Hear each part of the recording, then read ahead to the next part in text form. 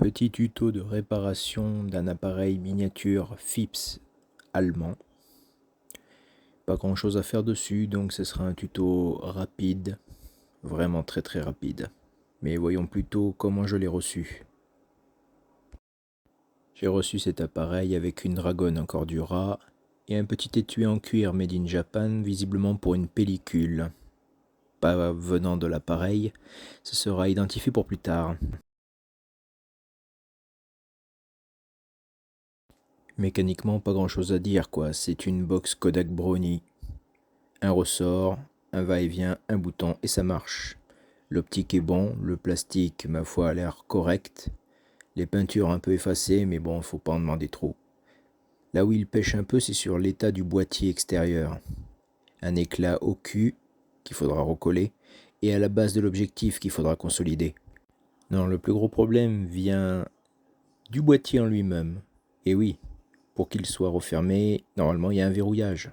Sur le Philips, c'est deux petites languettes en tôle de cuivre nickelée qui sont de part et d'autre. Elles sont manquantes. Qu'à cela ne tienne. Les languettes sont introuvables à l'achat, mais par contre les refaire ce n'est pas un problème. Il suffit de trouver des photos sur internet, que voici, et hop, on peut calculer une échelle d'après les photos. Comme il existe des variations de dimensions entre chaque modèle d'appareil, pour faire un calque juste, il faut prendre les mesures sur l'appareil et le reporter sur un calque papier. Puis on commence à faire le tracé sur une feuille de cuivre et on commence la découpe. Après quelques minutes de façonnage à la lime, ça commence à prendre forme. On finit le tout en découpant en Dremel.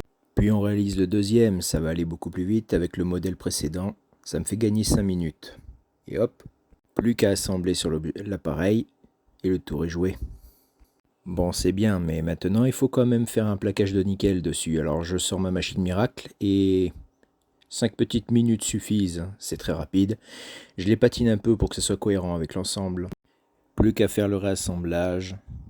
L'étape cruciale, recoller le boîtier à l'arrière et la petite fissure sous l'objectif. Et le résultat, le voici en image, il part de lui-même. Bilan de tout ceci, 56 minutes de réparation.